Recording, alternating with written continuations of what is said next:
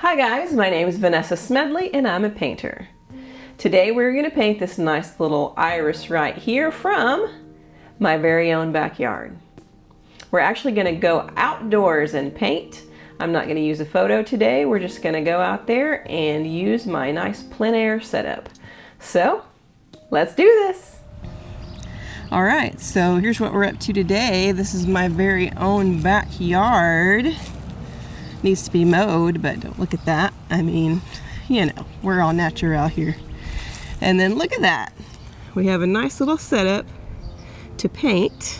There's my irises here. We've got a little hunting stool, and there's my Etcher Mini slate on a tripod. And we're gonna sit here and we're gonna paint this beautiful iris right here. So, I'll be back in a second. Alright, so I'm sitting down in my spot here. I'm going to show you my setup real quick. This is my Etcher Slate Mini. Open it up like that, and I have my water pot and my sprayer and my paint. Get out like that, and then I have the shop towels there, and then you open this up. It's got a zipper, but I have it unzipped. And then all of your other stuff is here. I'm not sure how much of that you can see. It's got my paintbrushes and pencils and all that kind of stuff on this side. It's got this net that's a little bit annoying. Kind of almost have thought about taking it off completely because it's annoying to have to deal with. So we've got that there, and it can just hang like that. I have my nice space frog and Grogu and the Mandalorian here on my sketchbook. One of those cool crystal things that you put together. It's a little stressful for me though, if I'm being honest. Okay, so I have Velcro on the bottom of all of these things. This is the other side of the Velcro here, and that helps it to be able to be attached really easily.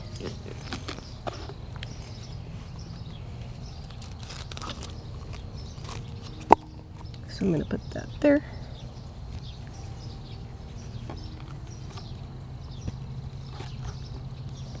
I'm going to open up my paint here.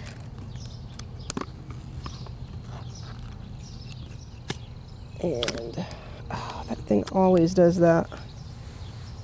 It's a design flaw for sure. Winsor and Newton, you need to fix that. Okay. And then I got this little guy attached right there. So let's just give this a little draw right here.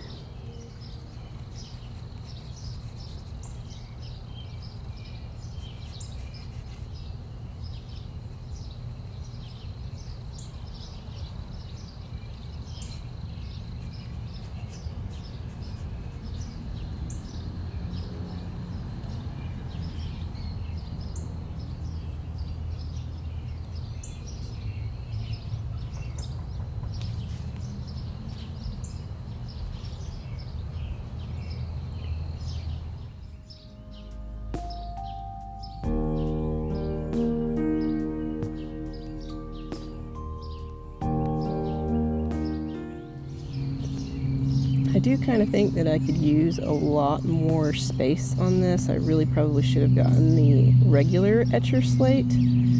This is the Mini, and I kind of like to spread out. I don't like being cramped, so it kind of seems like maybe I should have gotten the bigger one. That's not quite right.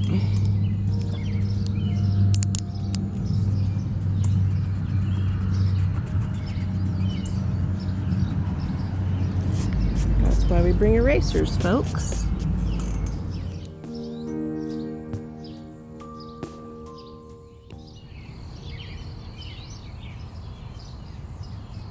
Okay. Got a little happy little bug here. I don't know what that is. What kind of bug that is. Maybe a gnat. I don't know. Right, so I really think that's pretty much all of the drawing.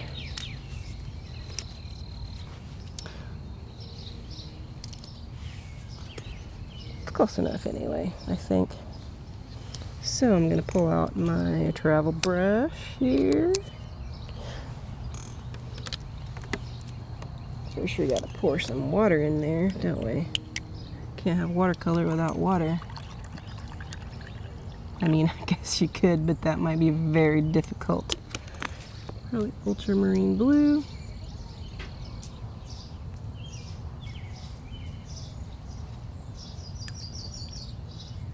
With some of this magenta.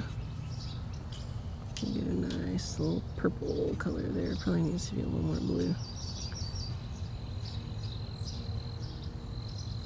And then add a whole bunch of water, because this is a very, very light pale rose. I mean, not rose, iris. So much for my gardening skills. I don't know a rose from an iris. So I'm just going to give this a nice flat wash over the entire thing with this light purple.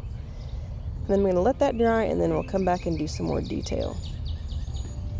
I will say too, when you're sitting outside and painting, your paint will dry a lot quicker because of the wind, and then you may end up with back runs if you don't get things painted quickly enough, because the wet paint coming up next to the paint that's drying is going to cause those weird patterns and make back runs, so you'll just have to be careful about that.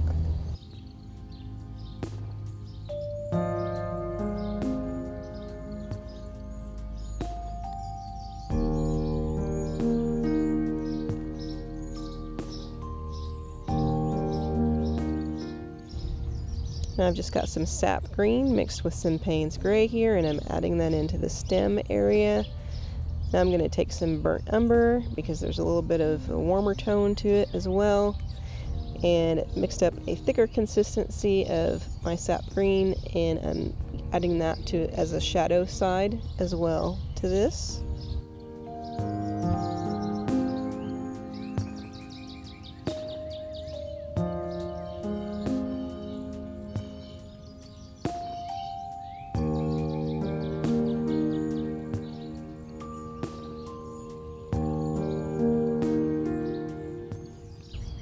And now, while that's still wet, I'm just dropping in some Payne's gray for shadow underneath the petal area. And I will say, like, I don't know if you can tell, but I'm actually in the middle of a decently sized city here. I know it sounds pretty quiet, and you can hear, like, birds chirping and crickets and that kind of stuff, but I'm actually probably a block away from one of the busiest roads in this city. But for some reason, it's very nice and very quiet in this neighborhood, and I love it. Now I've mixed up a thicker consistency of my purple, and I'm actually starting to add in some of these shadows and some of the modeling of the petals.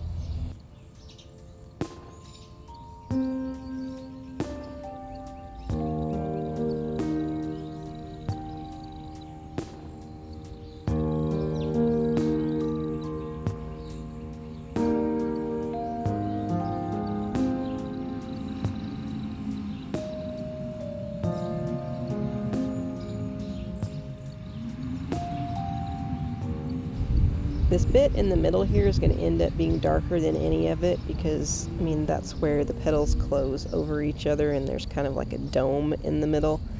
So for right now, though, I'm not going to go super dark. This is a very light colored flower, and I don't want to make it go too dark too quick. So I'm just going to add a little bit of shadow in here, and the rest of it we're going to leave for now. I will say, too, like, my neighbors can hear me right now, they're probably going to think I'm nuts because I'm sitting here talking to myself while painting, but they don't know I'm painting. They just think I'm talking to myself. I mean, you know, it's in the middle of the city though, what are you going to do?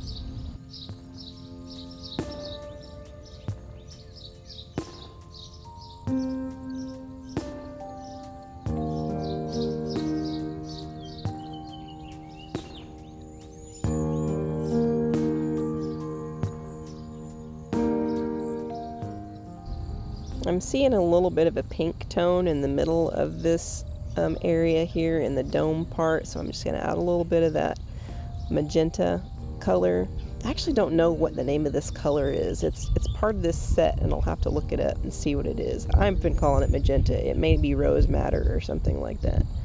Or permanent rose, maybe? That's sounding kind of familiar. I don't know.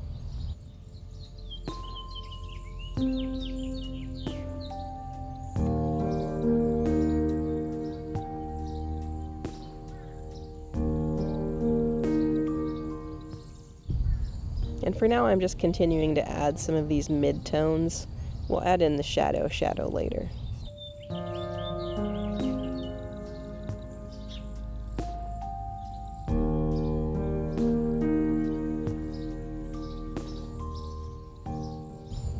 I am like crossing my fingers this whole time, hoping that my backyard neighbors' dogs don't come out and start barking at us, because that is their literal favorite sport. Anytime anybody from my house comes out into the backyard, they're usually out as soon as we're out, just barking the fire out of us. But so far, so good. It's kind of a miracle.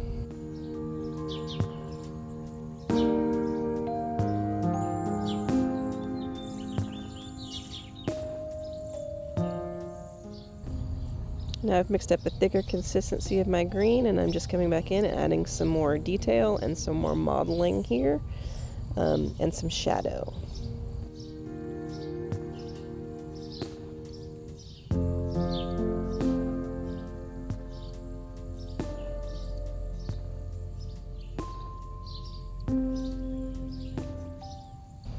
So I'm mixing up an even thicker consistency here of my purple color.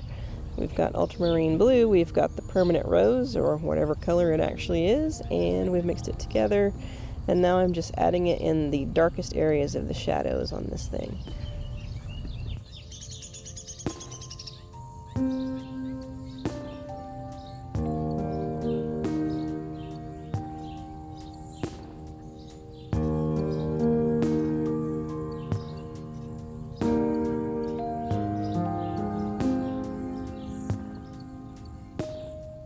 Now I've got a little bit of the paint off of my brush now. I'm going to come back in here and add some of these striations here.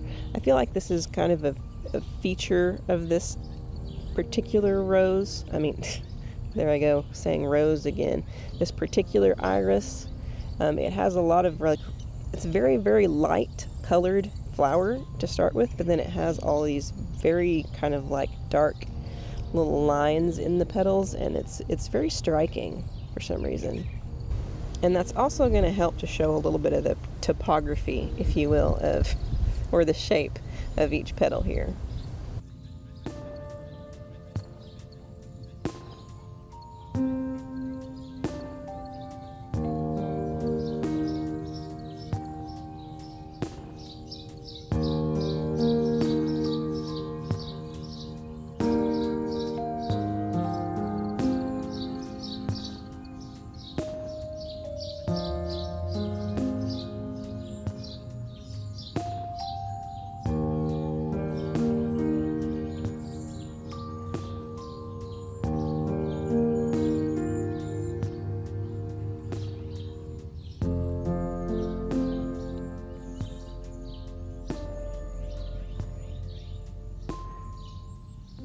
I am actually seeing a little bit of green on the underside of some of these petals, so I've mixed a little bit of that green mixture into my purple, and now I'm coming in and doing the shadow on the underneath side, and that should help to give a little bit more definition to this whole scene here, because not that it's a scene, it's a flower, I guess, but anyway, it should help define the different petals from one another.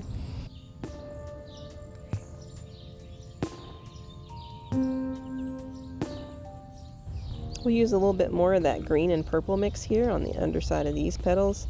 That actually makes a really good shadow color, and I think it's because the sap green has quite a lot of yellow in it, and yellow is the complementary of purple. Either way, it grays each other out really nicely, so I'm going to use it as a shadow color.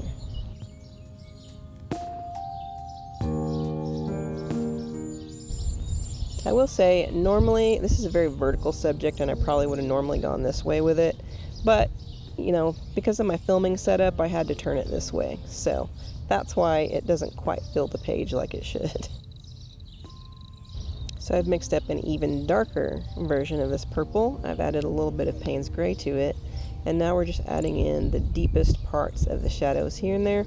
Mostly it's underneath petals, and especially underneath the petals that are making the dome of the over the middle here, things like that. Now this whole area on the inside of the dome definitely needs to be more shadowed, because right now it is just all running together. So I'm just gonna, I'm running the entire, that same color over the entire middle here. That should help to give us a little bit of definition.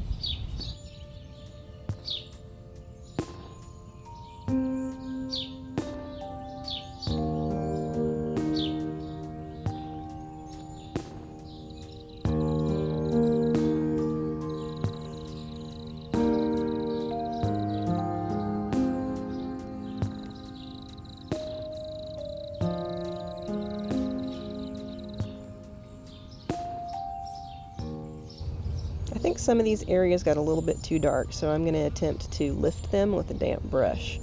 So I'm just wetting that right now. I'm going to use my shop towel to dab it out, and we'll see if we can lift some of that color and make it a little bit lighter. I'm going to do that in several areas. I think there are several areas that need it.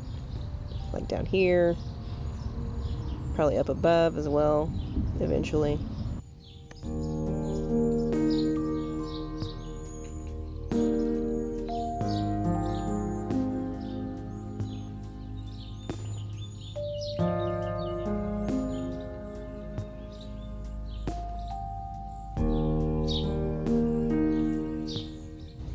Going to lift a little bit on this little ridge here as well.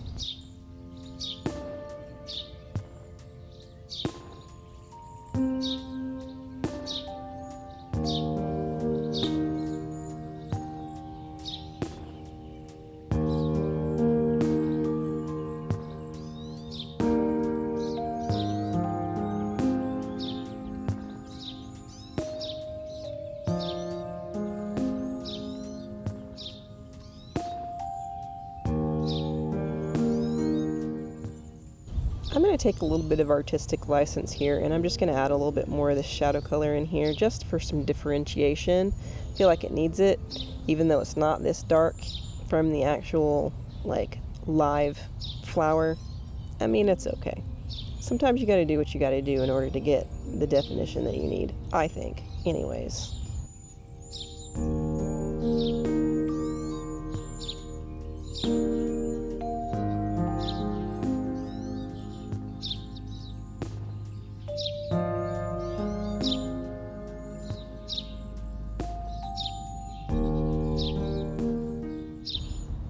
This middle bit is still not dark enough. I mean, it still runs together, so I'm adding in some of my green and purple mixture to make a little bit of a shadow here.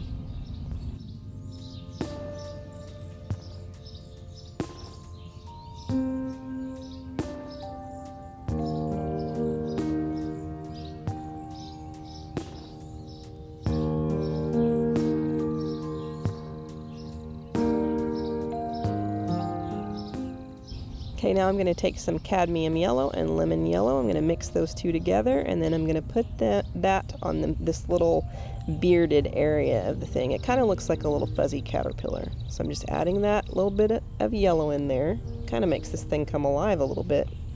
Now I'm coming back in with my purple, and I'm just adding a little bit of detail there. I'm just suggesting some detail. And then I'm going to call that little bearded area done.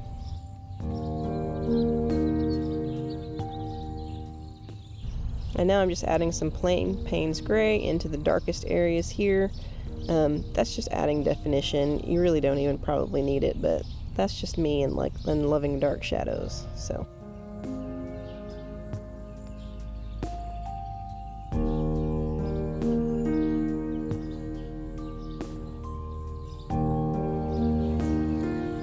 Well, I've added a little bit more detail, and I think it shut off at some points. I'm not really sure why it did that, so it's super annoying. But anyway, here we go. This is the finished iris from the backyard of Smedley. Super dramatic, but anyway, it's a little muddy, but it's a sketch. I mean, what are you gonna do? So, there you go. And there you have it, a nice little adventure outdoors that any one of you could replicate. I mean, I guess as long as you have flowers in your backyard. If not, maybe you'll have to make a little trek to your nearest park. Don't forget to like, comment, subscribe, share, all that fun stuff, because that's how this channel gets to grow. Thanks for watching. I will see you again in 2 weeks.